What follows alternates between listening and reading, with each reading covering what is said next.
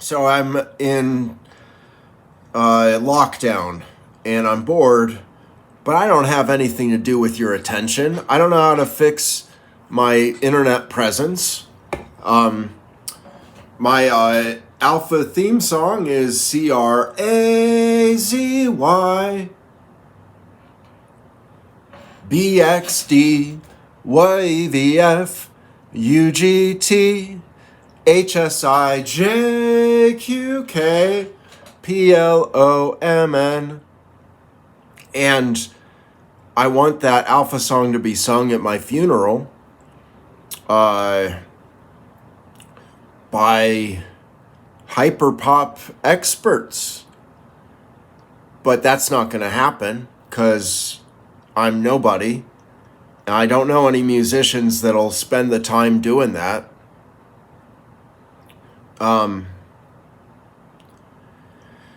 And my future is not certain. I don't know if I'll get the name.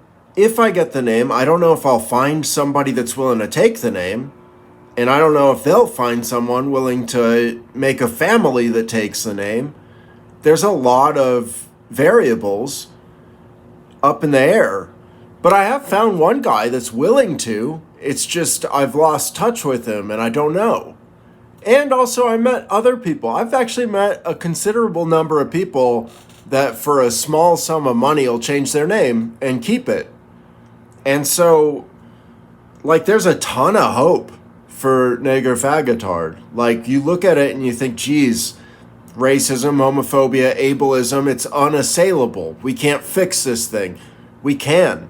We can destroy the old definitions. We can destroy those definitions and make our world safer and better. And we can do it in a generation. We don't have to put this off forever. We can do it with the next children born. Can have this name and fix it. Just fix it with a small amount of surveillance, like a couple of videos. Just a child saying, I know they don't like it, but my last name is Nigger Fagotard. And who's going to argue with it? If it's true, what are you going to do? No, child, we don't like it. We don't like you. People that do that will find themselves incredibly unpopular. They will be choosing the wrong side so obviously that it will overwhelm the cognitive dissonance problems that people are having with figuring this stuff out. But that's just, I don't know, it's been my plan for a long time, and I'm still doing it. And it hasn't been successful this far.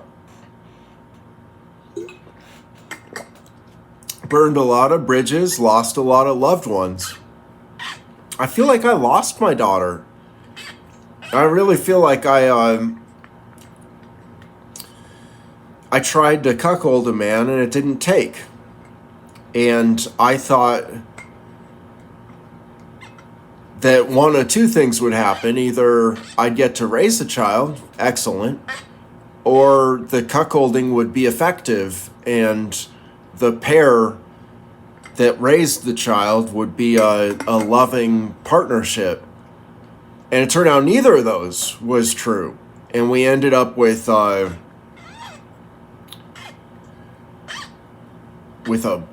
baby that's got intellectual disability forever. There's nothing that we can say that'll make her into a mother. It's inappropriate for people with intellectual disability to have children. Because how do they care for them? I don't know. Like, I'm okay with it. If my daughter could have a child, good God, would that be a restart?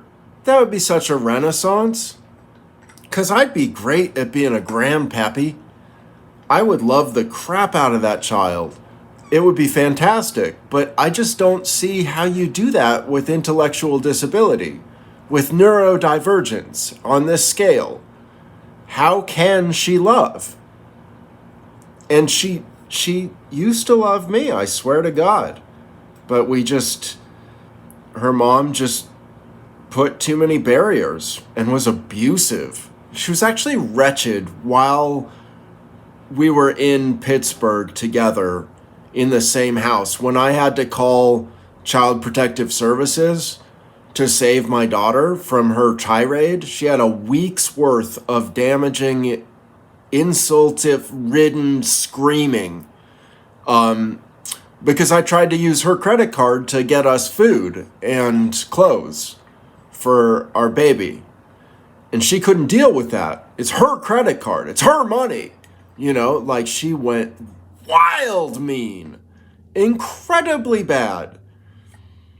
And I can't forgive it because it shaped our separation completely. Like I realized she was not someone I could live with safely. And there's no way for me to save my daughter from this monster. But she's innocent in her own mind. She can't figure out that she was abusive. And I'm not going to enable it. If she's going to be abusive of my daughter while I'm around, ideally I'd be able to stop it. Stop doing that. Don't abuse my daughter. But if I can't, I'm not going to be around. If I'm the variable that's making you abusive, I'll happily remove myself from your life. And that was easy to do and effective. And so it's my fault I don't have my daughter, and my fault that she won't have kids. So pay it forward. It's time for the next family to fill my shoes, man. These shoes are awesome. They're freaking rainbow. This one's a black rainbow. And my left foot is a more traditional hippie rainbow color. These shoes are nigger faggot tartarific. And they are capable of feathery F words and untarnished tarred suffixes. I don't know whether it is suffixes or suffices, and I don't care. And I'm not impressed by any wordplay anymore. It's all shit. Like, life is just a terrible, awful mess for me. It's disgusting. It's fucking pathetic. But that's kind of the story of America a little bit, too. Like, I'm not alone in struggling with this kind of thing. And I'm not alone in not being helped by the mass incarceration system or even Child Protective Services. Their first move was to isolate us and separate us as much as possible and to entirely ignore her crimes that I had caught on tape and was showing them. And they were like, well, you're probably the abusive one because you need to be, you called us. Why'd you call us on her? It's almost like a crime to report the crimes as I see them. Just screaming for a week. Just absolutely unacceptable by any standard. Nobody would put up with it. Nobody would have been okay with it. There would have been violence back in the day when you could hit women. You would hit her because she's wouldn't let you grab the keys without dropping the child. It was insane. But it's old news now. It's over. I can't care anymore. It's done.